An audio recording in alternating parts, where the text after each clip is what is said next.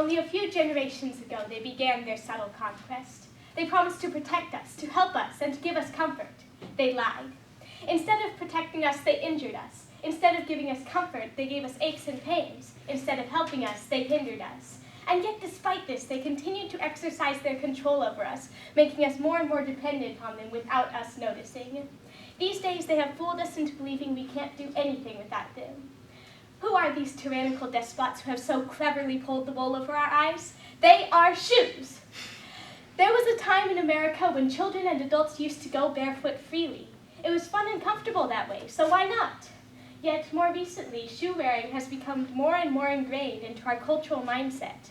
I'm here to show you that this is not a good thing. My basic premise is that feet were made for walking, so shoes get in their way. There are 26 bones in each of your feet, along with a complex network of tendons, muscles, and other structures, all of which have a purpose. Our feet are much more intricate than we give them credit for, so shoes would restrict their natural functions. For now, I'm just going to go over a few problems with the common athletic shoe. You'll notice that the shoe has a raised heel. According to Professor of Physiology Daniel Howell in the Barefoot book, this raised heel causes a strain on your arch, which over time will cause the arch to weaken and fall, causing flat-footedness. You'll also notice that this shoe has an arch support, which, as the name implies, keeps the arch of your foot from moving when you take a step. Well, this just defeats the purpose of the arch.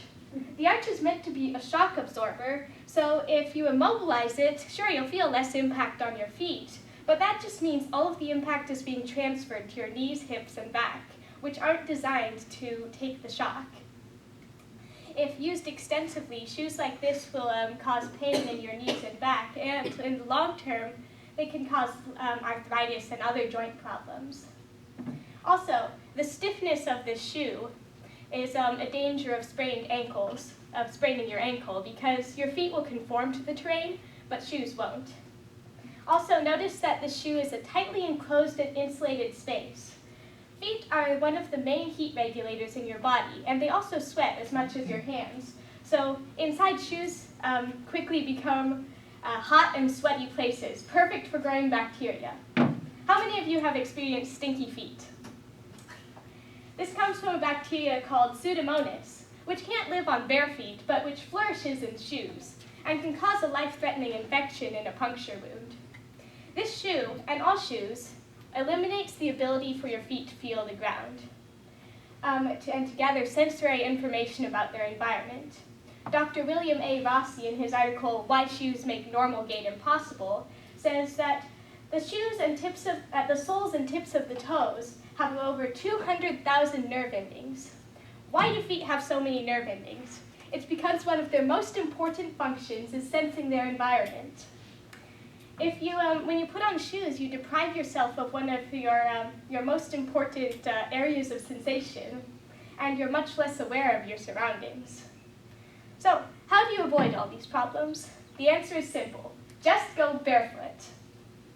Allow your feet to do what they were made to do. According to this letter from the Minnesota Health Department, there are no state regulations about going barefoot in public places, including grocery stores and restaurants. This is simply because there are no health risks associated with it. Germs on bare feet are no more harmful than germs on hands. The only difference is you won't be touching your face with your feet or shaking people's hands with your feet. My only caution if you want to go barefoot is to start slowly.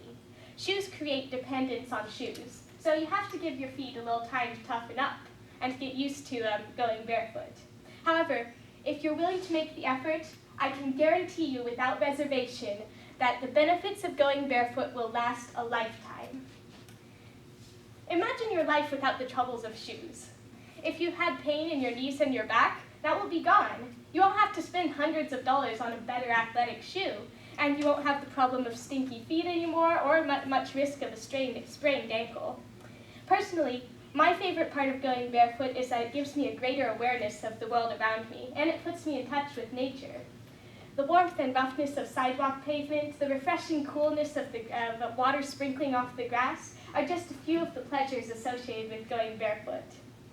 Dieting may make you wish for a juicy steak, and lifting weights may make you exhausted, but barefooting is the one healthy thing you can do that affords you constant enjoyment. In light of all this, why continue to submit to the despotic rule of shoes? Kick them off and be free. Going barefoot will allow your feet to reach their full potential, making them strong, soft, clean, and healthy. You have the power to take back your foot health, so don't make the shoe's promise of protection fool you. Gather up your courage and join me in the marvelous adventure of going barefoot. Thank you.